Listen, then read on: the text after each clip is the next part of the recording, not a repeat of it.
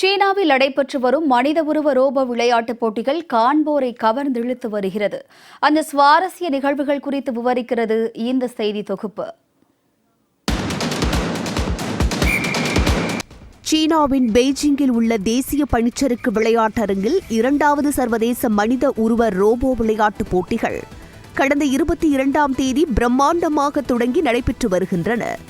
இதில் 16 நாடுகளைச் சேர்ந்த 666 அணிகளில் 2000க்கும் மேற்பட்ட அதிநவீன மனித உருவ ரோபோக்கள் பங்கேற்றுள்ளன.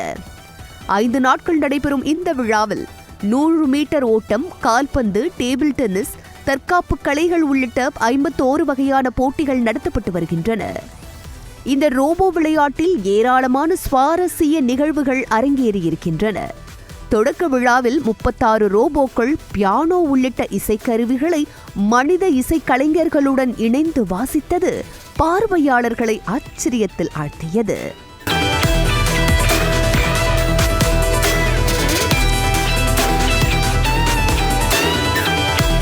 இதையடுத்து நடைபெற்ற 100 மீட்டர் ஓட்டப்பந்தயத்தில் லைட்னிக் என்ற ரோபோ 9.32 வினாடிகளில் இலக்கை எட்டி மனித வரலாற்றில் உசேன் போல்ட் படைத்த 9.58 வினாடி என்ற உலக சாதனையை முறியடித்தது.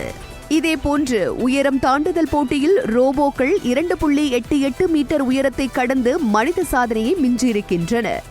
இதனிடையே மின்னல் வேகத்தில் ஓடிய ரோபோக்கள் இலக்கு கோட்டை தாண்டியதும் உடனே நிற்க முடியாமல் தடுமாறி பாதுகாப்புக்காக வைக்கப்பட்டிருந்த சுவர்களில் மோதி விழுந்தன. இதில் சில ரோபோக்களின் பாகங்கள் உடைந்தன.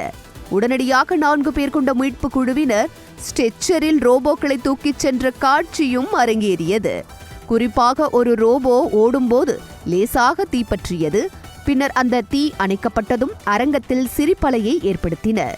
இந்த தொடரில் 7க்கு 7 என்ற அடிப்படையில் ரோபோக்களின் கால்பந்து போட்டியும் நடைபெற்றன. அப்போது ஒரு ரோபோ எதிரணி ரோபோவை பலமாக உதைத்ததால் அதற்கு நடுவர் மஞ்சள் கார்டு வழங்கி எச்சரித்த வினோத நிகழ்வும் அரங்கேறியது. டென்னிஸ் நட்சத்திரம் ஜெங்ஜி மற்றும் ஒலிம்பிக் சாம்பியன் டிங் கிங் போன்ற பிரபல விளையாட்டு வீரர்களுடன் ரோபோக்கள் டென்னிஸ் மற்றும் டேபிள் டென்னிஸ் விளையாடியது பார்வையாளர்களை கவர்ந்தது. விளையாட்டுகள் மட்டுமின்றி வீடுகள் மற்றும் உணவகங்களில் சேவையாற்றுதல், அவசர கால மீட்பு பணிகள் போன்ற அன்றாட திறன்களையும் ரோபோக்கள் செய்து காட்டின. செயற்கை நுண்ணறிவும் ரோபோட்டிக்ஸ் தொழில்நுட்பமும் இணைந்து எதிர்கால விளையாட்டையும் மனித வாழ்க்கையையும் எவ்வாறு மாற்றப் போகிறது என்பதற்கு இது ஒரு எடுத்துக்காட்டு என்றால் அது மிகையல்ல.